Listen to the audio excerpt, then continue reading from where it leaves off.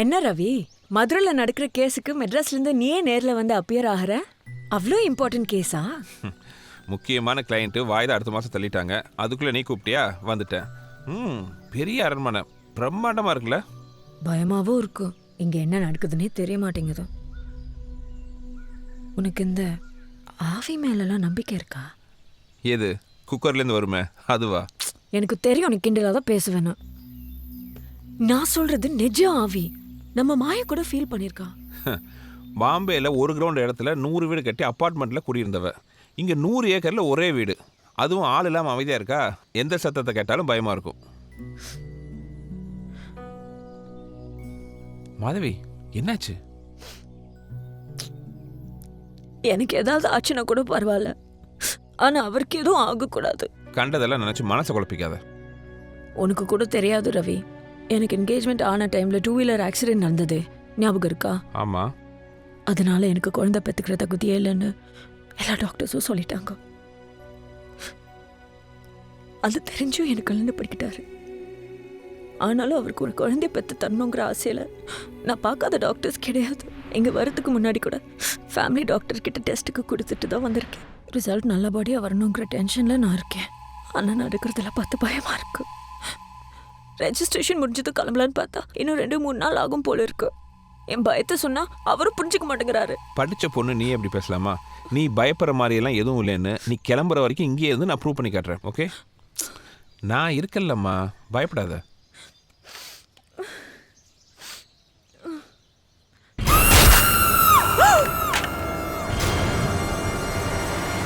என்னம்மா?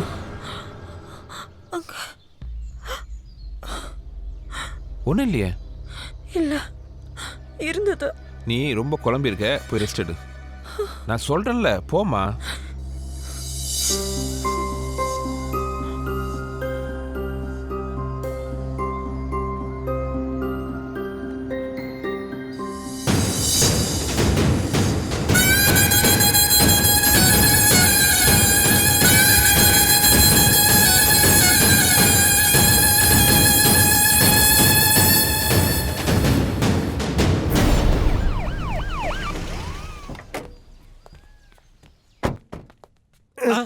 என்னடா police? Madam, வக்கீல்னு சொல்லிட்டு ஒரு ஆள் இந்த வீட்டுக்கு வந்திருக்கானா? ஆமா, ஏன் கேக்குறீங்க? அவன் வக்கீல் இல்ல, அக்யூஸ்ட். அவன் அடிச்சது 5,000 பேர் ஹாஸ்பிட்டல்ல இருக்காங்க. போட்டியில நட்டையா அவுட்ரா? அப்போ குட்டையன் அவன்லாம் எனக்கு காம்படிஷனே கிடையாதுடா. நீங்க சொல்ற மாதிரியான ஆளு அவர் இல்ல. அதை நாங்க பாத்துக்கிறோம். வர சொல்லுங்க, ஸ்டேஷன் கூட்டு போய் விசாரிக்கணும். ஸ்டேஷனா? அவர் வீட்ல இல்ல. இன்ஸ்பெக்டர், ஒரு நிமிஷம். என்ன இன்ஸ்பெக்டர், அவ்வளோ பெரிய அக்யூஸ்ட பிடிக்க கும்பலா வராம தள்ளு வண்டி கடையில் மாமூல் வாங்க வரா மாதிரி தனியாக வந்திருக்கிறீங்க. பட் டோன்ட் வரி, நீங்கள் கேட்குற ஆள் உள்ளதா இருக்கா, நான் உங்களுக்கு ஹெல்ப் பண்ணுறேன். கமான். வக்கீல் சார், மாயம்மா இடுப்பு கொஞ்சம் சுளுக்கிருச்சா, உங்களை கொஞ்சம் அவசரமாக கூப்பிட்டாங்க. உருவி விடுறதுக்கு எவ்வளோ வேகமாக வரான் பார்த்தியா? வாங்க சார், வாங்க. என்ன மாட்டினியா இன்ஸ்பெக்டர்? இவனை கூட்டின்னு போய் தலைகீழ தொங்க விட்டு தண்ணி ஊற்றி அடிப்பீங்களோ இல்லை தரையில் படுக்க வச்சு ராவா அடிப்பீங்களோ? அதுக்கு முன்னாடி என் கண் எதிர்க்க 2 அடி அடிச்சு கூட்டின்னு போங்க சார். யார் மாப்பிள்ள? இவ்வளோ காண்டா?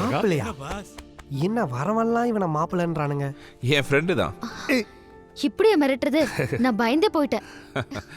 ஆமா, நீ கிட்ட இந்த ஊர்ல ட்ரான்ஸ்ஃபர் ஆகி 2 மாசம் ஆச்சு. கோவில் ஃபங்க்ஷன்ல நீ ஜீப்ல ஏறத பார்த்தேன். டேய், நீ என்ன பார்த்துட்டு இருக்க? போய் டீ கொண்டு வா. சமயக்காரன் மேல ஒரு கண்ணை வை.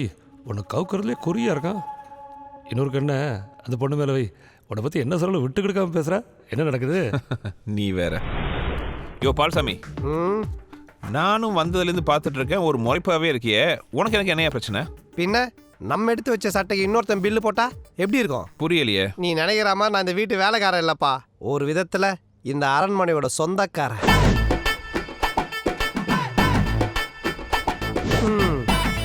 மாயாவை கரெக்ட் பண்ணாதான் என் கடன்லாம் அடைக்கும். கரெக்ட் பண்ண வேண்டியதானே? என்னப்பா இவ்வளோ ஈஸியாக சொல்லிட்ட? லோக்கல் மாடலாக இருந்தா பர்ஃபி பால்கோவா வாங்கி கொடுத்து கரெக்ட் பண்ணலாம். இவ அல்ட்ரா மாடலாக இருக்கா, எப்படி கிட்ட நெருங்குறதுனே தெரியலையே. பாலு, உலகத்தில் இருக்கிற எல்லா பொண்ணுக்கும் ஒரு வீக் பாயிண்ட் இருக்கும், அதை வச்சு மடக்கிடு.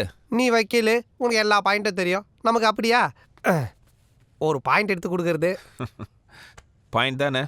வா. பாயிண்ட் ரொம்ப வீக்காக இருக்கே. ப்ரூவ்டு ஃபார்முலா படி பொண்ணுங்களுக்கு எல்லாம் கருப்பாம்பூச்சினா பயம்பா.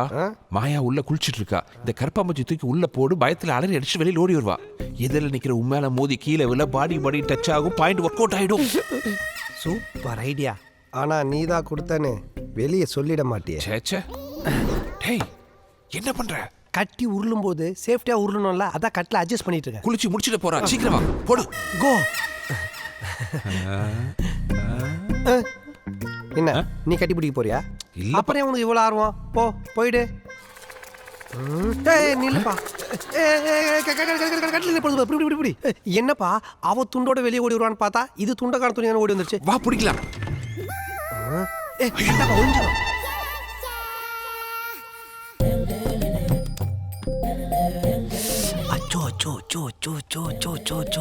சில்வர் பேப்பர்ல சுத்தின தந்தூரி சிக்கன் மாதிரி இருக்காளே, இவன் மட்டும் எனக்கு கிடைச்சிட்டா நான் உனக்கு கோவில் கட்டி கும்பிடுறேன்ப்பா. சரி நீ கருப்பாம்பூச்சி தேடு, நான் அந்த பொண்ணை பார்க்கறேன். நீ பாக்குறியா? இல்லப்பா, எங்க கரெக்டா போறணும் நான் பார்த்து சொன்னா தானே தெரியும். அதான் சொல்றேன் தேடு.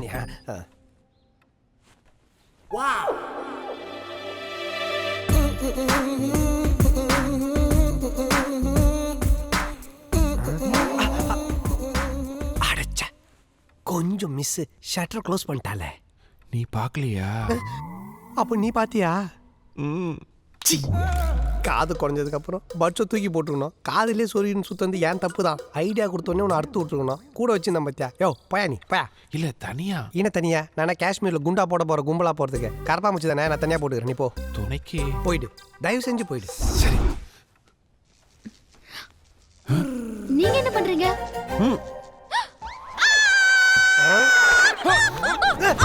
ஐயோ, ஏங்க, கீழே இறங்குங்க. நீங்க தாங்க மேல இருக்கீங்க. என்னடா ஆகுது? அம்மா நல்ல வெயிட்டுங்க. அது கொடுங்க. சாரிங்க. இந்தாங்க. ஜெய்.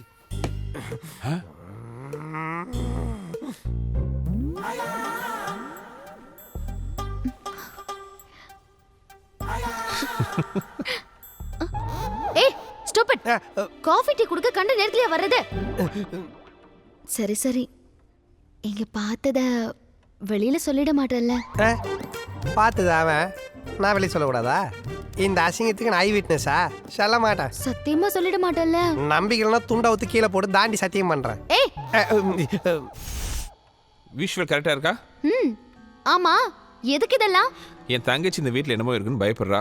அப்படியெல்லாம் எதுவும் இல்லைன்னு ப்ரூவ் பண்ணுறதுக்காக வீட்டை சுற்றி 4-5 இடத்துல இந்த கேமரா ஃபிக்ஸ் பண்ணிட்டு இருக்கேன். மாதவி சொல்றதும் கரெக்ட் தான். எனக்கும் யாரோ ஃபாலோ பண்ற மாதிரியே அப்பப்போ தோணுது. உத்து பாரு, உங்க அத்தை பையன் முளியாங்கண்ணனா இருக்கும், இல்லைன்னா அந்த சமையல்காரன் பால்சாமியா இருப்பான். கேமரா செவுத்து பக்கம் போயிடுச்சு, கொஞ்சம் ரைட்ல திருப்புங்க. இப்போ பாரு.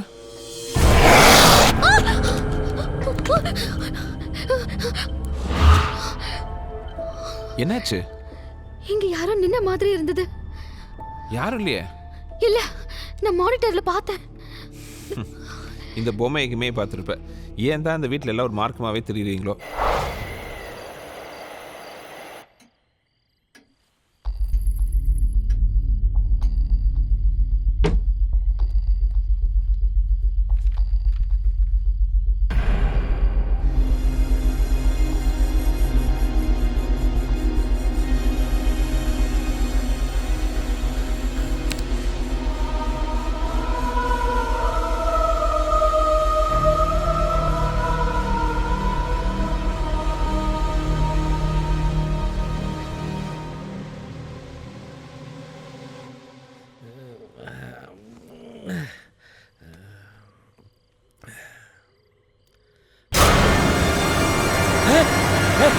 என்ன பண்ணிட்டு இருக்க? நான் அக்கா கூப்பிட்டாங்க. அக்காவா? செல்வி அக்கா. அடச்சிப்பா லூசே.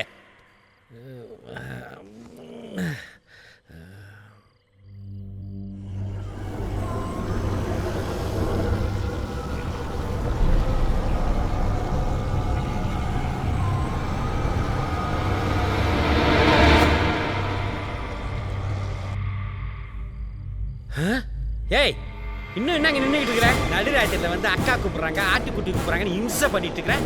இதுக்கு மேலே இங்க நின்றுக்கிட்டு இருந்தா உன்னை கொன்றுவேன். மூச்சப்பா, நான் பேசிட்டே இருக்கிறேன், எங்க பார்த்துட்டு இருக்கிறேன்? பாப்பா, ஏமா இந்த நேரத்தில் நீங்க என்ன பண்ற? அது இப்படிதான் சார் ஏதாவது கிறுக்குத்தனமா பண்ணிட்டு இருக்கான். அம்மா நீங்க என்ன சார் இந்த நேரத்துல? இல்ல, அது தலைவலிக்கிற மாதிரி இருக்கு, ஒரு காஃபி போட்டு தரியா? வாங்க சார், போட்டு தரேன். நீ அம்மாட்ட போய் தூங்குமா போ. அந்த லூசு இப்படி தான் பண்ணும், நீங்க வாங்க சார்.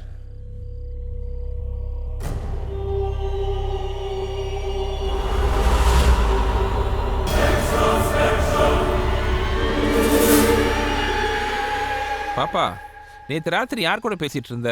அக்கா கூட தான். மாதவி அக்காவா? ஆஹா மாயாக்காவா? இல்ல, பின்ன இது செல்வி அக்கா. செல்வி அக்காவா? எங்க இருக்காங்க அந்த அக்கா? இங்க முன்னாடி தானே இருக்காங்க. இங்க யாரும் இல்லையே.